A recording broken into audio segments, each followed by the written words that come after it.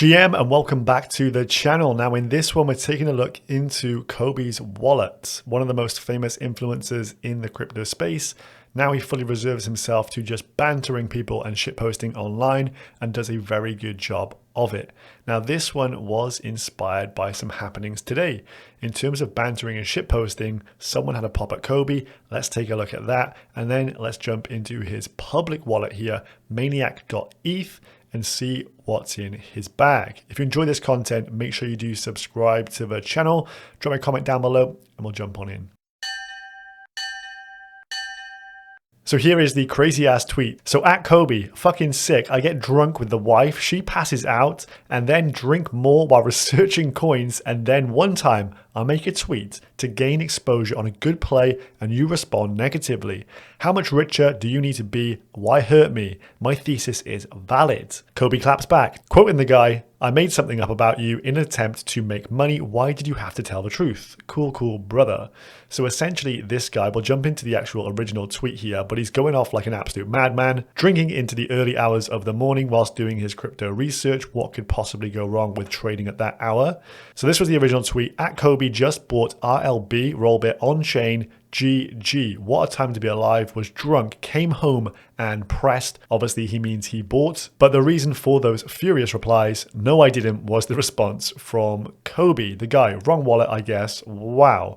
So that was what kicked off these series of unfortunate events here, and Cobie having to go in on a reply guy. So confirmation, Cobie has not bought Rollbit. So Cobie's wallet, maniac.eth, is the public facing one. He has a load of NFTs in there. He typically doesn't use this for much trading, but he has some HODL coins in here, and you can see from the list over $1.3 million worth of altcoins in here, made up of the main three: Manifold Finance, Cow Protocol, and Gearbox. 1.2, almost 1.3 mil of Fold token, 30K's worth of Cow, and around 30K's worth of Gear as well. So let's just jump into these and see what they do. Here is the maniac.eth over on Zapper if you want to give it a follow. As you can see, almost 340 people do follow that wallet there, and I'm sure a ton of people are tracking his wallets. As you can see, if you go into activity, you'll see where he's dispersing money between these various wallets, and some of these others may have a bit more alpha than the current one here. But let's start from the top, taking it from the biggest holding. So number one holding in that wallet is of the Fold token from Manifold Finance. So this one we actually covered on Tuesday on the channel here, which I'll show you in just a sec. Market cap 30 mil. As you can see, the total supply 2 million tokens and 1.655 are currently out and circulating. So this one is quite a low float token, and it has the ability to pump quite a bit due to the low float and low liquidity on it. Jumping into the chart here, this is Tuesday when I posted the video about this token. It was around 14.5 bucks. It's now up to around 18.6. A few wicks up to 22 over the last few days. This chart history doesn't show the full account of the wicks going up, as some people have been aping in with some size and moving the needle quite a bit. So that is my clout chasing down there. But what does Manifold do and what is it about to do? So essentially, there's a big issue around censorship of Ethereum and by the block builders. So you can see there's censoring of OFAC compliance. So censoring in the red, non-censoring in the green. So validators, majority are non-censoring, but still 6% are censoring. On the relayers, 38% of relayers are censoring blocks. And on the builders, 67% are censoring. So this is of course very worrying when you have Ethereum, which is meant to be decentralized. As you can see, these are the kind of things decentralization maxis have a big bone to pick with. But what does Manifold do? Well, they have validator, relayer, and a builder, so the full stack here. And if we just look at this one metric here on the relays, out of all the relayers, you might have heard of some of these names: Ultrasound, Flashbots, Block Native, and others. We'll just jump into one as an example. So Flashbots here, not processing any OFAC sanctioned content, whereas you can see none of these are posting up really like decentralization friendly numbers. But Manifold down here, 18.7% of their blocks do have OFAC sanctioned content, i.e. they're processing blocks that others who are bending the knee to censorship are not willing to process. So this of course is important that they continue to fight the good fight. And tomorrow on Friday, they release their own LST, liquid staking token for ETH, called MEV ETH. where the MEV rewards, those additional earnings, will be distributed to the MEV ETH holders. So getting into their LST, similar to Jito Sol over on Solana, MEV rewards go to those individuals who utilize that LST. It can bump up the APY quite significantly. So it could be one of the biggest APY LSTs on the market as well, and this launches on Friday. Hence, the chart looks pretty damn good going into tomorrow's event. And of course, people are stepping in and buying this thing. You can see a few big candles here over the last few days as people have aped in. I think that was a 50,000 USD purchase in one go. Now back over to Etherscan. Did Cobie buy this token or not? Or how did he acquire said token? If you just go through the history on here, he's been holding this for quite some time. You can see a burn transaction here. He was previously staking the token, but the staking contract wasn't doing anything, no rewards, hence there was no point to stake and have additional smart contract risk. So he took his X fold out, burned it, and now he just holds pure fold. As you can see, some disbursements on here, but also some swaps as well. So what he's done is he's not only bought in a pre-sale or a private round, maybe a seed investor of fold, but he's also been buying the token publicly on the open markets as well. So when you hold 1.3 mils worth of a token, you must be therefore bullish on said token. So quite interesting to see. MEV ETH comes out tomorrow. This is a censorship resistant block builder, which is few and far between on ETH. You can see he's part money with decentralization maxis. Let's jump into the second coin on the list here, which is Cow. So Cow from cow.fi. This is a DEX. Market cap just 9.5 mil, circulating supply 165, quite a bit of inflation there, FTV at around $60 million. Let's jump down and have a look at the chart. Not looking particularly good. So when a cow lies flat, it's usually a sign of bad weather.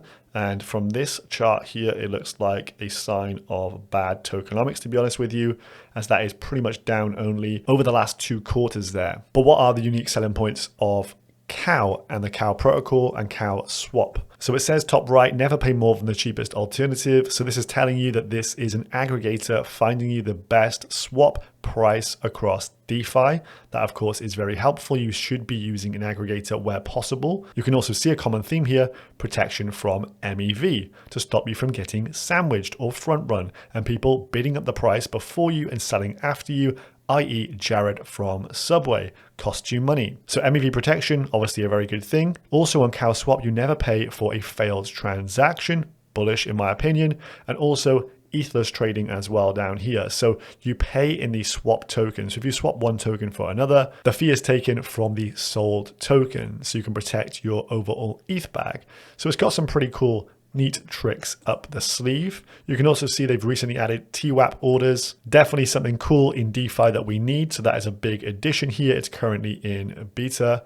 And they've also got limit buys and limit sells as well. So overall, I would say this is a good protocol. And a funny little story on this one, if you've not used CowSwap, when you do a swap on here, once it's confirmed, it gives you a loud moo. And previously, I told my girlfriend I couldn't help her with something as I was doing a bit of important work. I'm sat on my laptop, DGen trading, and then the big moo goes off and she gives me a bit of a death stare and says, yeah, right, you're not doing anything serious. But I was, in fact, buying some tokens. I would suggest that is very important. Now, did Cobie actually buy said tokens? As you can see from the history here on Etherscan, yes, he in fact did 548 days ago and 186 days ago. So these seemingly have been bought a long ways back and maybe just left. He's obviously just allocated a little bit of funds to this in terms of his overall size. His size is for sure size. And the fact he's got a 30K bag after down only price action suggests he put in quite a lot of money into these initially. But from what I looked at, I'm not too bullish on CowSwap, to be honest with you. I do use the protocol, but I don't think I would invest in the token anytime soon. And from looking at the chart, I think if Cobie had to rerun time again, he's probably not making those purchases. Then last but not least, out of these obscure altcoins in his bag, we have Gearbox, ticker Gear, the favorite ticker of Mr. BitBoy Crypto, where the gear at. So this one, market cap 6.2 mil. You can see quite a lot of inflation there, 1.5 billion tokens in circulation, but 10 bill max supply. TVL on this thing as well, we've got quoted $28 million. What is Gear? What does it do? What does the chart look like? Not great. The chart is pretty much again in down only mode. You can see from the initial launch, it did have a decent starting price, somewhere in the region of around 4 cents up here, but it's now down to 0.004. So it needs a full 10x to get back to its initial all-time highs. So there's two sides of the equation here on this borrow or lend market. You can be on the left-hand side, you could be passively yielding off your assets, deposit some USDC, the degens are going to borrow it off you and pay an interest. Or you could be a degen and lever up on positions. So it's all about providing liquidity and taking liquidity. You can see the supply APY for DAI, 7.13% and USDC 6.28%. You can see heavy incentives in the Gear token. So that's probably the reason why this is going down, only as people are farming the rewards. 6% is pretty damn healthy.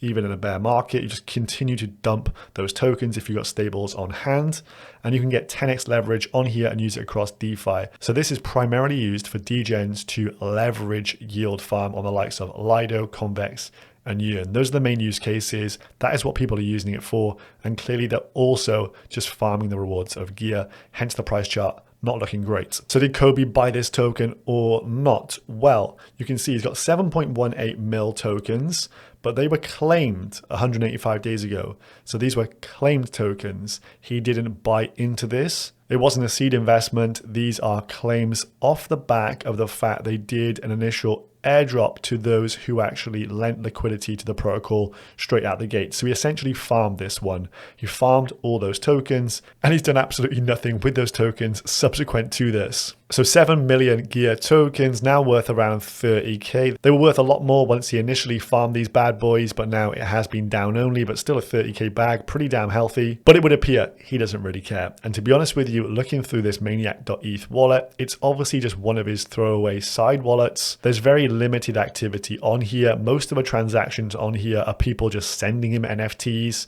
and spamming his wallet with new tokens to try and say, look, Cobie holds X. But when you're worth 9 figures plus or whatever he's worth, it's going to be a huge number. You have the ability to hold large amounts of tokens to the average normie, yet not really care about them. But overall, interesting to see. These are clearly dust amounts, around 30,000. But when he puts 1.3 mil into a token, the likes of Fold, potentially this could be a good play. Hope you enjoyed this one. If you did, smash a like on the video and subscribe if you're new as well. And I'll see you guys in the next one. Peace.